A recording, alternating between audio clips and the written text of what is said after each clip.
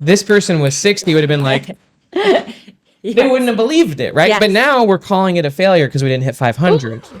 Stop preaching. Yes. My soul can't take it. My soul can't take it. That is powerful.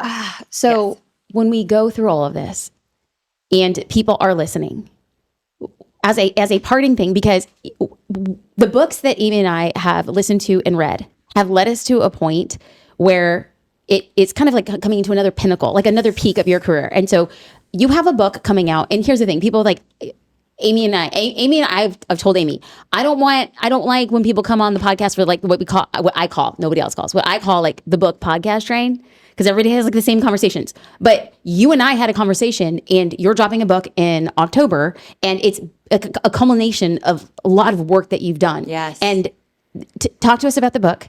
Talk to us about achieving impossible goals, and then a parting takeaway for somebody who's listening and being like, I'm scared and I'm not quite sure that I believe that this impossible goal is possible. But if we can tap there for a second in closing. Sure. Yeah. So Rapid Transformation is the title of the book. The subtitle is actually The Science of Achieving Impossible Goals. See, this is where the science of it. Don't give me the science. I can't even wait. Yeah, I know. But yeah, and I honestly I'm here on a Wednesday in Nashville. I flew here. You flew here. He flew here. He flew here. We're months from that, and honestly, like I find out about this opportunity, I'm hopping on a plane, I'm flying home right after, I'm having a blast, and so I'm happy to be here and hang out with you. But yeah, so it's largely what we've been talking about. This past, present, future model. What I'll call it the holistic time model. That model, I had a lot of that understanding when I wrote, call it Gap in the Gain in 10X, but I didn't actually lay out that model of, call it the past, present, future all exist here and now. I've learned that. I didn't create that. But just to the idea that future determines the present and the present determines the past, right? I don't think, honestly, I'm sharing with you, I don't think that idea has been encapsulated in any of psychology, purely and simply. And psychology as a discipline is very scattered, very fragmented. And there's even a lot of interesting ideas nowadays that a lot of psychology actually makes people worse. Of course, you can use it as an amazing tool. And so, yeah, basically, as I'm saying, the future determines the present. And when you go for impossible goals, and you get better and better at this, just like gratitude, you get better and better at thinking about an impossible goal, getting really honest about what you most want. I will say from my view, without an impossible goal, and I would, anyone who's listening to this, but also you two thinking about it, you guys have done it many times where you went for something and you didn't know how to do it, and it was big, and you didn't, but you had that faith, that commitment, that desire, and you figured it out. Yeah. And the goal did force you to let go of a lot of the things that then existed in your life. And so, when you use the future as the goal and as the filter, it does require letting things go. And so one thing I'll just add is, have any of you guys read Think Again, Adam Grant? Have you ever No. Okay, No. you gotta read that one. Just because what he lays out in that book, which I think is beautiful, is Think Again is all about the psychology of unlearning, right? And so it's to that quote that I shared at the beginning by Mark Twain, where he said, it's not what you don't know that hurts you, it's what you know for sure that just ain't so.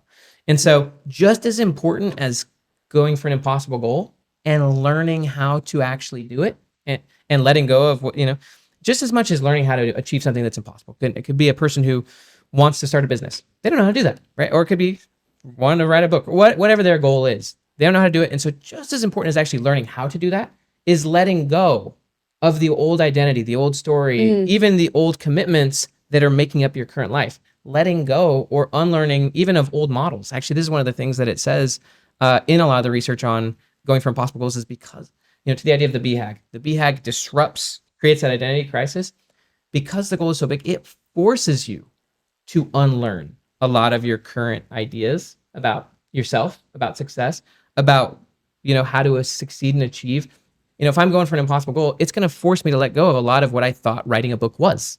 And so that's the beauty of it, is it forces you to let go of outdated models, outdated frames and perspectives and ideas. And it honestly, the goal forces you to go and find new and better ones. And so it allows you to learn things you would have never otherwise learned. It's just a beautiful tool. One parting thing I'll just say is there's a really, really beautiful idea that I love in psychology called psychological flexibility. And I think when you really understand time as a tool, it creates that flexibility, even with what you were saying, Amy, about, he doesn't hit the 500 And so now he's rigid about how he feels about it, right? It's like, no, it takes massive flexibility to immediately just create a past that is really powerful. And so Ooh, I even, like that. you know, and so the ability to set new goals and then think from those goals and be willing to look at your current situation. My son Caleb been saying this academy no longer works based on that goal.